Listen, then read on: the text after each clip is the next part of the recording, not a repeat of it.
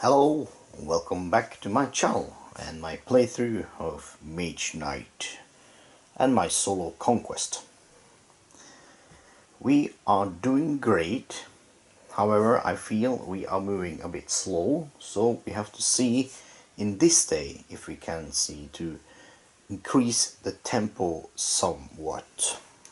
First of all, I have to redo some errors from my last turn.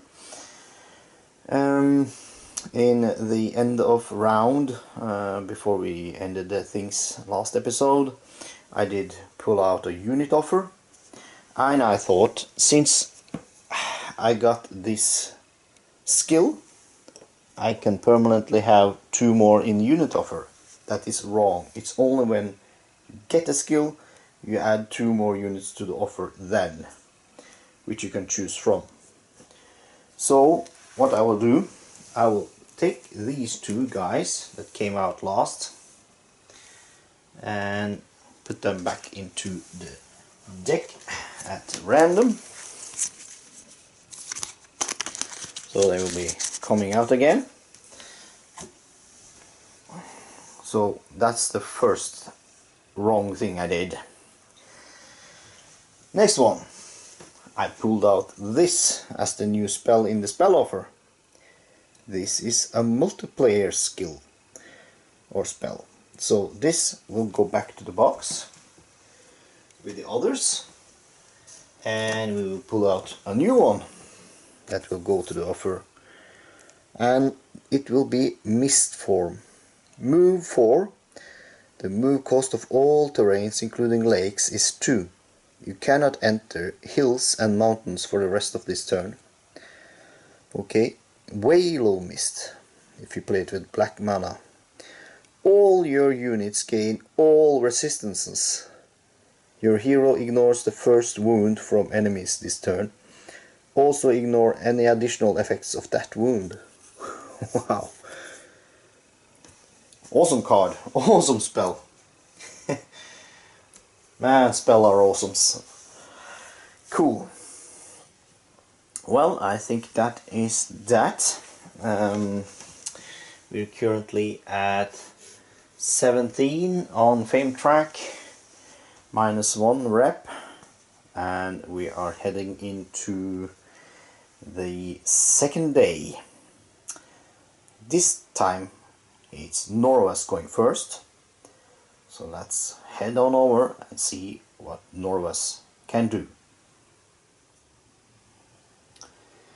Okay, considering my options, and let me zoom out a bit, because the map forms as a wedge, so I can't explore any more over here because the coastline is here now.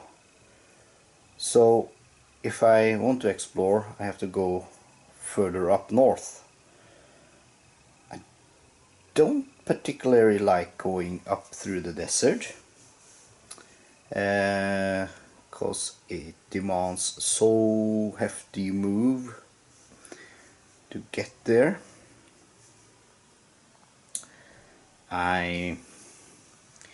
What I could do, I could go to the Mage Tower here and try to take out the hags in the hills, and maybe climb the wall afterwards and get further up there. Or I can go the route here and take out those orc wolf riders. But I think shortest and easiest path for me will be going to the Mage Tower first. So I have to generate enough movement to do that.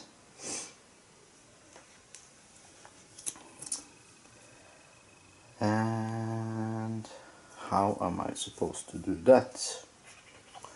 To move through woods costs 3 movement, and plains cost 2. So I think I will be breaking out the Storm of Wind. Not Song of Wind, sorry. Move 2 And the move cost of plains, deserts and wastelands is reduced by 1 to a minimum of 0 this turn. Now this is plains, so that will be costing me 1 to move through. And since I haven't moved 2 already, I just need 2 more move to get into the castle there, or the mage tower. So move 2, I'm using Song of Wind. I also contribute more movement points, so movement 2 then give me a move 4. I will go 1, and to enter the forest I need 3. 3, that's 4. So that's my move generated.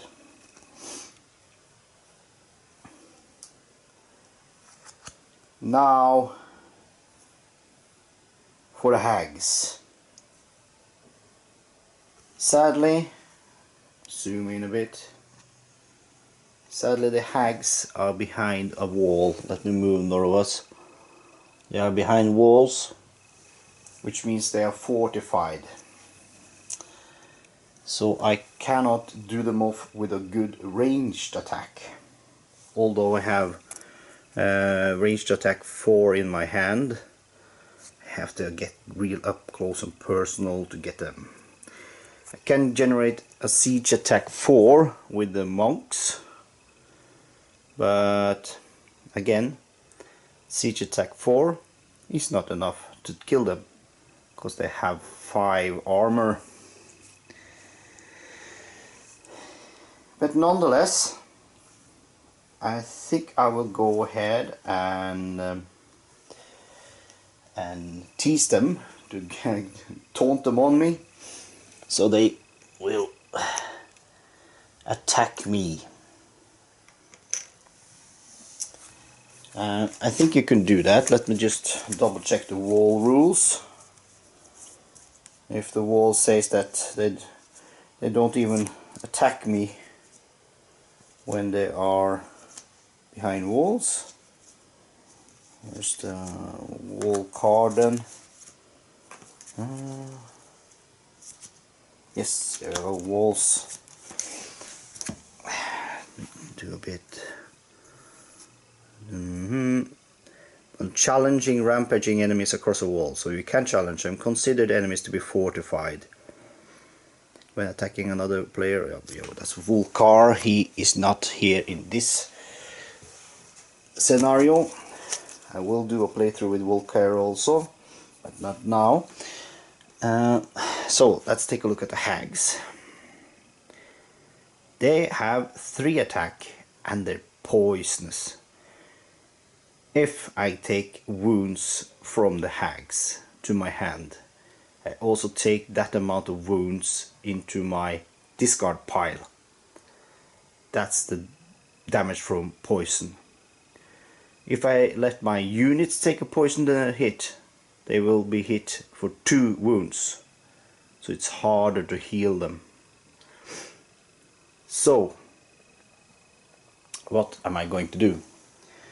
I cannot kill it with a ranged siege attack. So they will climb across the wall and they are coming towards us. First, they hit us with 3 poison damage. Oh. Can I block that? I can generate block 2. And I do have some influence here. Threaten. Yeah. I will play block 2 and threaten sideways for block 1. That's block 3. Zoom out again. That's block 3, so I have blocked the attack, and finally I will hit it in the face with a fireball for my attack, and I use red mana from the source, killing it. There we go. Hags are out of play. Good stuff. Now let's go to the scoreboard. There's the scoreboard. Killing A rampaging enemy gives me fame, so I am going up to 0 again. People are starting to like me again. I generate 3 fame, and this is discarded. Back at Norowas, we will do some cleanup. All these cards will be discarded, and we reroll this to be green. I will pull up 1, 2, 3, 4, 5 cards to my hand. Let's see what we get. Crystal Mastery. Ooh, gain a crystal to inventory of the same color as a crystal you already own. Or get all my crystal back. Training. Yeah. So movement. A card that gives me influence. I could do with that now. And some move and a range attack 3. Well, yeah. It's good stuff. But first, it's the dummy player's go.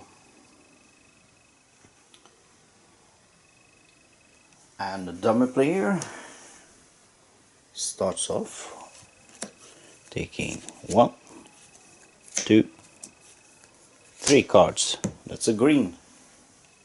Good stuff.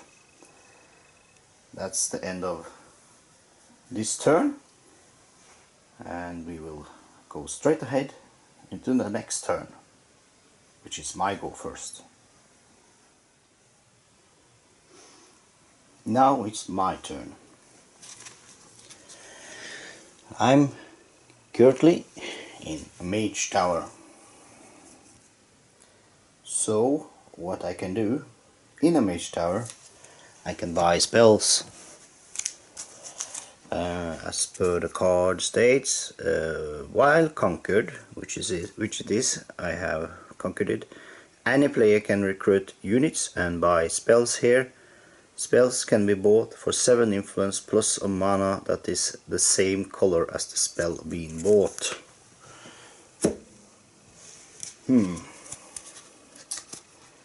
So I can do that, or I could recruit. They do have some guardian golems which are eager to help us. 3 armor with physical resistance, that's quite good. Attack of block 2, it's a bit meh. But they do have fire block 4 or ice block 4 if I use crystals for it.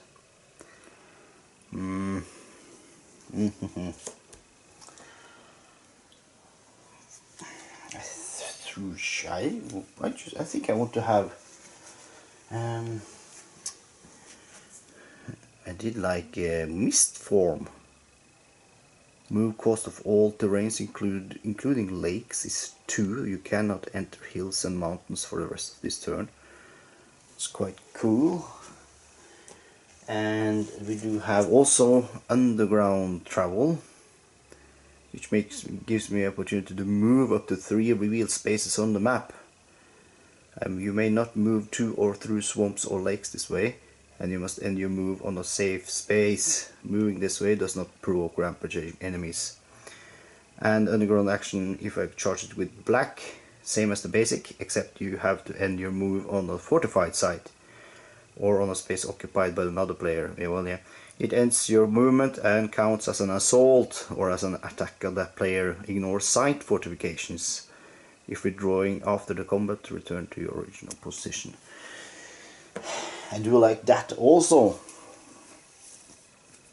Now am I able to generate enough influence then?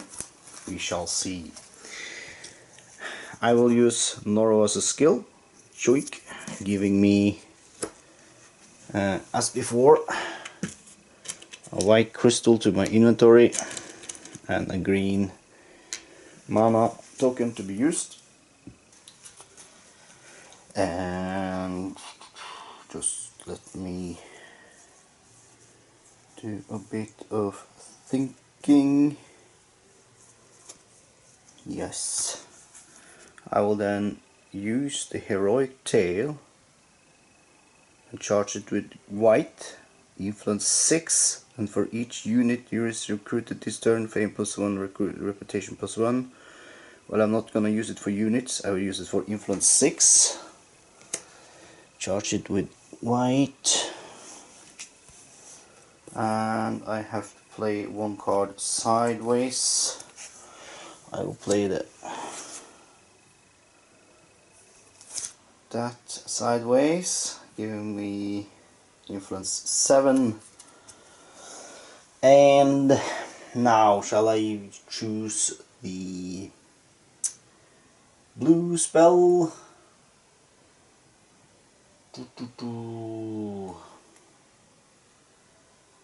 All of you units gain all resistances. I do like underground travel, it's cool. You can travel underground.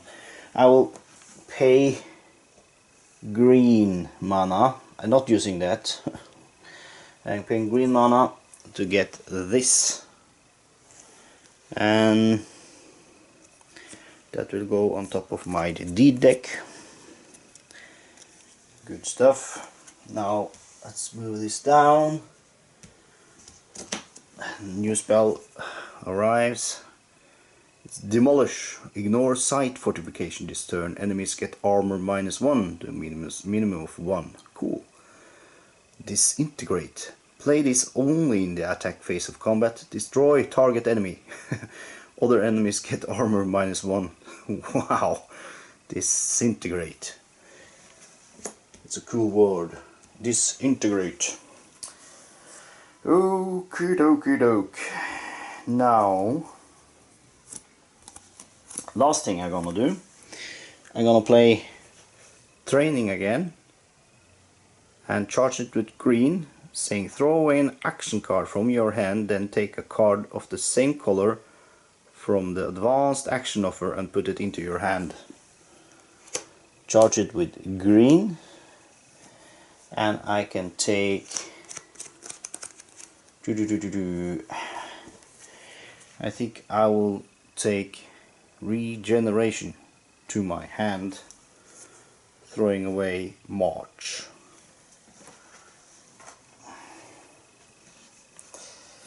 That's it, I guess, for my turn.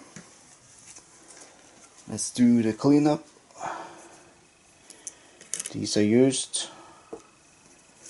These will be discarded. This becomes gold mana. Yes! That's just awesome. It's daytime, so gold mana can be used as anything. And lastly, I will pull up 1, 2, 3 cards. And there we have Underground Travel, Swift Bolt, and Crystal Mastery.